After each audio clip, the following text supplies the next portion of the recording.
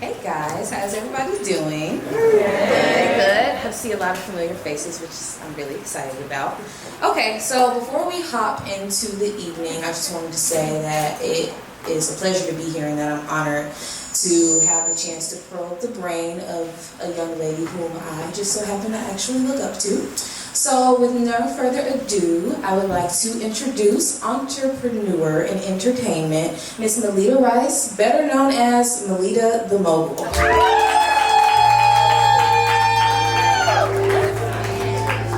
I got a shot every Yeah. So, Miss Malita, how are you today? I'm wonderful. Well, thankful that you could join us. So before that, I just blast you with a barrage of questions. Let's see if we can get the audience to know you a little bit more. So go ahead and introduce yourself. I'm Malita, also known as Malita the Mogul, entertainment entrepreneur. I've done casting, management, branding, marketing, you name it. I've done it, or at least my company has. I'm the CEO and founder of Mogul Mentality. And yeah, that's about it. Okay, cool. There's actually so much more, but she's being modest. So you've come an extremely long way from moving from Baltimore, attending Clark Atlanta, and just spreading your magic all over Atlanta since you've been here. So how has your journey been, and how have the experiences in your journey defined you so far? My journey has been a roller coaster, to be honest. Every day isn't a good day and every day isn't a bad day, but every day is a day to change the way I think and change the way I move. My experiences have defined me by just helping me, get to the next level and to keep pushing, because at the end of the day, most people who have gone through what I've been through have given up, and I haven't. Okay, so the first subject I guess we'll tackle today is defining success. And before we talk about what success means to you, I want to highlight the fact that I think a lot of people search for the keys within other people's success without understanding what success might mean to them. So with that in mind, what would you consider the most important factors to measuring success? I feel like the most important factors in measuring success are consistency, drive, and passion. Without those three, I feel like you can't get anything done. You won't accomplish anything, and you'll just continue to second guess yourself. Okay.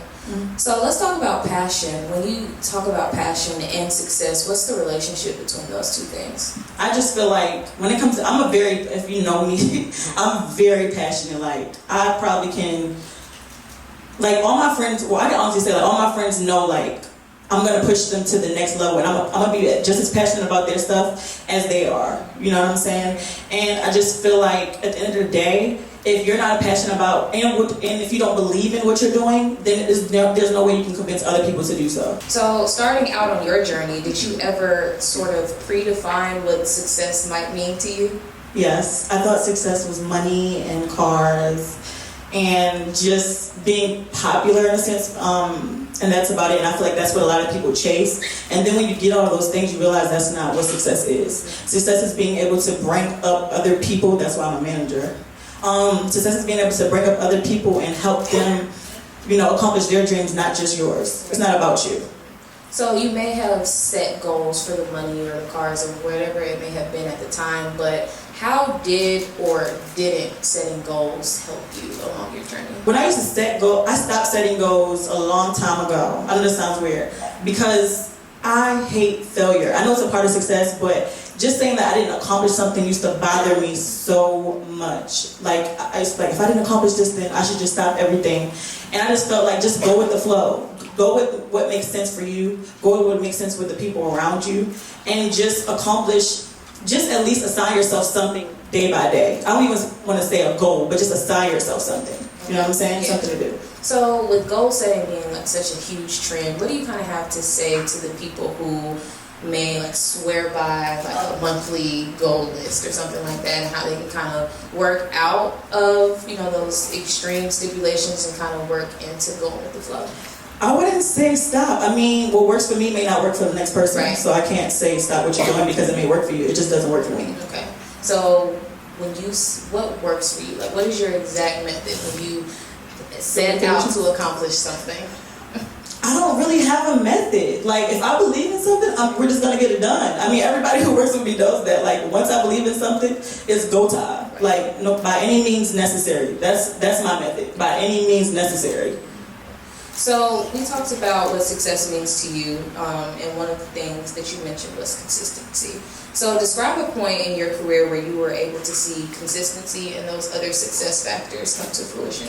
I feel like recently, I managed Malita, 3K, OG Parker, Deco, and now like I see not stagnant results, but increasing results every day. And now consistency is consistent work every single day. We don't get a break. It's like no days off, seriously. And to keep that going, I know how it feels to be at the very bottom. You get what I'm saying? And I never want to do that again. I never want to hit rock bottom again. So in order for me to keep going, I have to be consistent. In order for me to keep getting the things that I want and to keep my clients happy, I have to be consistent. Or someone else can replace me. Okay. So now that we've had a moment to kind of define a few different meanings of success, next I want to talk about accountability, which is also ties right into being consistent. So let's discuss the importance of staying goal-oriented, whether we traditionally set those goals or not. So what are a few ways you hold yourself responsible for getting things done? I don't really know how to answer that question. Because you go get it no matter what. Yeah, like I just do it. I don't have a choice. Like at the end of the day, as an entrepreneur, we know that our bills do not get paid if we don't do the work. I can't call anybody and say, hey, I don't have a paycheck coming in every 2 weeks. I don't have that level of stability. I have to create my own stability and my own opportunity in order for me to keep going and keep getting money. So I don't have a choice but to do it. So no one is born with this mogul mentality. So was there ever a life-changing point of your career or life that may have forced you to kind of wake up and seize opportunity? Yes. This is the conversation. We're gonna have it. About maybe in like 2013, I was working for a big music mogul actually. And we had our differences and I stopped working, and then I saw like how they kind of quote unquote try to blackball me. I'm not sure who follows me on Instagram, but I kind of spoke on this before. And it didn't work, but it still put me in a depression state because at the end of the day, I didn't know how other people would perceive me. And then I kind of came out of hiding in a sense, and I had a conversation with a successful manager, and they're like, Malita, we don't care what people have to say about you. We don't care. And I finally came out and said, look, like what's for me will always be for me. And I had no choice but to keep going because at the end of the day, like life didn't stop just because I did. Like I said, like a lot of people think that, they present you with this opportunity, like you should be happy to be here. You should be, and I'm like, I'm supposed to be here. I work to be here. I'm gonna be here. And this is not where I stop. Yeah. So looking back, what advice would you give to the younger you, whether it be about that situation or anything else? I don't want to talk to the younger me. Why not? I'm just so focused on moving forward. I mean, this isn't the me that I was before, but I feel like if I were to know what I mean now, everything about me would have changed, and I like who I am now. Okay, so maybe not the younger you. What about someone here who may be younger or maybe just in a prior step in your career than you are? What would you say to that person who's continuing along the path that you are? I would say, no matter, like I always say, like really, like what's for you will be for you, and know to make nothing into something at all times. Like if you can make nothing into something, you will always win. So protecting your energy is like a super duper huge topic of 2018. So on the topic of accountability, did you ever find it necessary to kind of play gatekeeper when it came to your personal energy? Yes, I cut people off all the time. No problem. Tell me about how important it is to be a gatekeeper on your own energy. I'm an emotional person. When you're passionate, you're going to be emotional. So a lot of people tend to get my, a lot of times people take my assertiveness for anger. And that's not the case. I'm just very assertive and straight to the point. So a lot of people can't handle honesty. And when I feel like people can't handle honesty, like I kind of push them away. So when it comes to maintaining like a certain atmosphere as a business person, how have you made sure that everything and everyone around you are on the same accord? I do that by paying my Netflix bill every month, like that, because it keeps me grounded. When I get angry, I just go watch Netflix. But on a serious note, me, me and my friends have like the deepest conversations, like the ones that make you want to cry. Like I said, like I believe in them as much as they believe in themselves, if not more. And I'm never gonna let anybody around me fail. So yeah, I kick the mother down a little bit, but I also pick them back up. So we know you're an assertive person, and we also know you're somebody who doesn't play about their energy. So how do you cut people off in a way that's like professional, but I still got better stuff to do in my life? Tell me about that process. I don't really have a process. I just kind of do it, you know, like I say, I actually tell them, like, you're not for me. You know, you're not for me. You don't really, I'm going here, you're over there. Nah, and then I'm good. Just moving forward. Yeah, definitely. Sure. Okay, so our third topic is managing management, and that basically just kind of encompasses the whole realm of inserting yourself into someone else's life. In your case, it may be a platinum selling producer. So just by looking around this room, I know a lot of us can relate to the responsibility of managing other people's lives. So how important is it to you to have a team, and what are the most important attributes that you look for when you're forming a team? To be honest, I look for people that are the opposite of me. Why? Because I think Steve can attest to this. I'm like the assertive, like, we're gonna get what we want right now. And Steve was like, you know, guys, like, he's like the nicer one. It's like good cop, bad cop. I'm the bad cop. Okay. So yeah, it works. Even with, you know, having a team period, like most of my friends had worked with me before, and it's the same way. It's good cop, bad cop, but yet we all have the same drive, so it works. We're all passionate, we're all driven, so it still works. So what would a team full of a whole bunch of Malitas be like? Why? Why would it be a hot mess if you got a whole bunch of driven, assertive go-getters? Well, because at the end of the day, yes, I feel like all my friends are assertive, but they are assertive in their own way. Like, you know, like everyone, like I said, everyone has things they're passionate about, so everyone goes like deals with things in their own way, and I don't want to take away from that. I don't want a bunch of memes. I can't grow like that. Outside of like personal life and you know, friends that you may work with, how do you apply that to mogul mentality and strictly business relationships? I feel like we all have an understanding that when it's time for business, it's time for business. Like, at the end of the day, a lot of people, like I wrote about this before, like a lot of people have this my way or the highway type of personality, and that's not how business works. Like, that's not how Apple grew. That's not how these multi-million-dollar companies grew. Like, you have to be able to listen to the people you're doing business with, and so mine just happen to be my friends. You get what I'm saying? But we all know, like, look, when it's time to have this conversation, just keep the personal shit on the back burner, and we can talk about that shit later. So were you always able to separate the personal from the business? No. Okay, so how did you come into that? You know, when your money and your livelihood is on the line, you'll learn.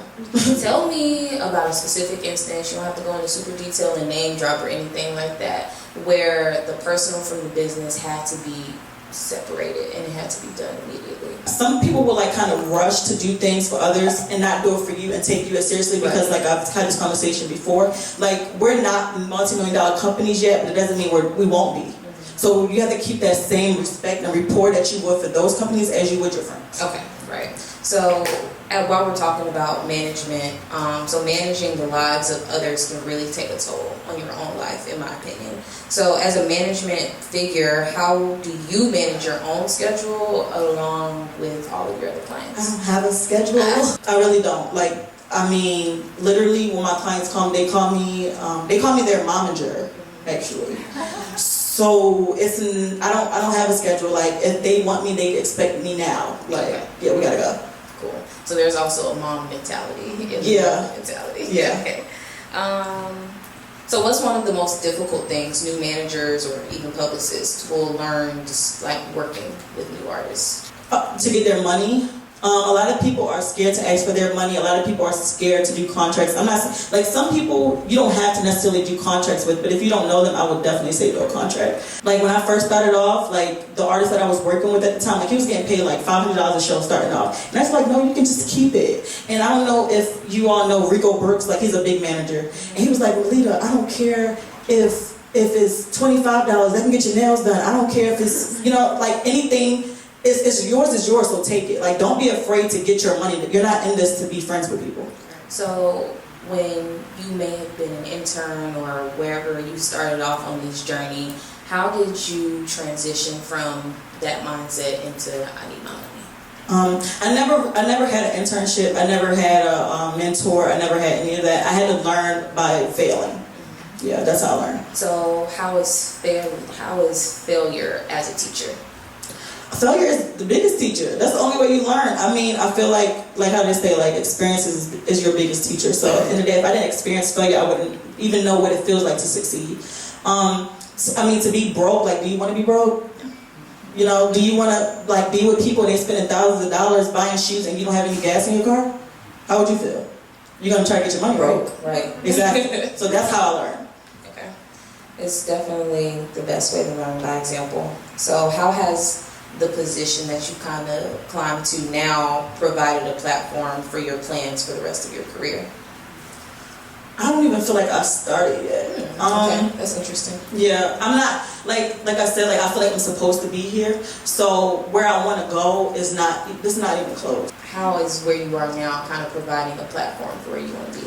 I mean, of course, you know, like, I want my agency to be as big as it can get. And I feel like I have the talent now. I have the clients who have the talent to take me as well to the next level. Like, a lot of people, they go after quantity. I go after quality. Like, even, I mean, use Parker for example. Like, he produces for everybody. Like, he produced for Katy Perry and he can produce for Migos. Like, a lot of people can't do that. So at the end of the day, if you surround yourself with nothing but quality when it comes to your friendships, when it comes to your business, when it comes to your clients, when it comes to yourself, then I feel like it can take you to wherever you want to go. So you're definitely a believer in quality over quantity then? For sure. Okay, cool. So was this always the plan for you, or did it kind of just stumble and just happen?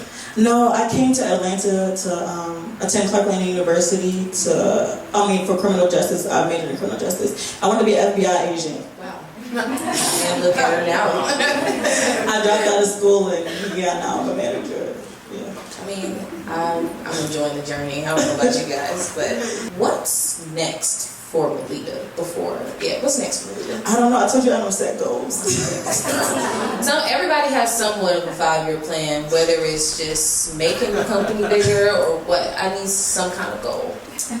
I don't know. I just want to continue to change lives. I want to make an impact. The biggest thing I've been struggling with is, like, everyone's like, you're so different. I used to think that was a problem, like me being assertive and me being a woman. Now I'm getting so comfortable with that. Like, I'm not supposed to fit in. Like, that's I just actually wrote about that on Insta story. Like, I'm not supposed to fit in with everybody. That's what makes me different, and that's what's going to take me to the next level. So I just want to continue to, like, get comfortable with myself and grow as a human and help other people with their journeys, like, and have these conversations so other people can be impacted and go on. I'm like, damn, I remember when they were in the front row and, you know, and we were talking and blah, blah, blah. And now I look at them like, I want to have those conversations. That's why I'm so open about adversities and things of that nature, because I want people to actually learn from what I went through so they won't have to go through that. Because even though it seems like, oh, you went through all this, that's so amazing, now you're here, that doesn't mean you want to go through something like that, you know. So just by listening to you, I can tell that there was a moment where you was like, I actually don't care what people think about me, or I don't care, you know what I mean, what that company had to say about me. So where did that shift come from, and how can someone else try to pick up that ball? I mean, those who know me know, like, my family is like a bunch of knees. So, I mean, I have, like I said, I'm grounded, you know, like, I know where I came from and I know where I don't want to be, where I don't want to go back to.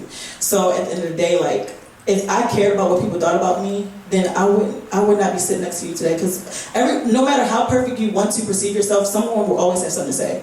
Regardless, everyone's not going to like me, and I'm fine with that. That's less people that I have to shake hands with. All right, this is my last scripted question for you. When you're dealing with managing your life and managing personal relationships, and they may tend to overlap sometimes, how do you set your priorities? How do you navigate? I watch Netflix. Oh my God, you can't just turn on Netflix. I really do. Like, that is, I'm telling you, that is medicine, okay, guys? Seriously, like, when I get overwhelmed or when I feel like too much is going on, I really like, you know what? and I'll turn on Netflix. So you just shut down. I shut down. Turn off the problems. Because sometimes you need to. Because like I said, I'm a very assertive, a passionate person. So if I'm confused and I'm overwhelmed and I'm having anxiety, then that may come off as anger to some others. So that's why I just let me just back up and take a breather, and then I'm gonna go after this later.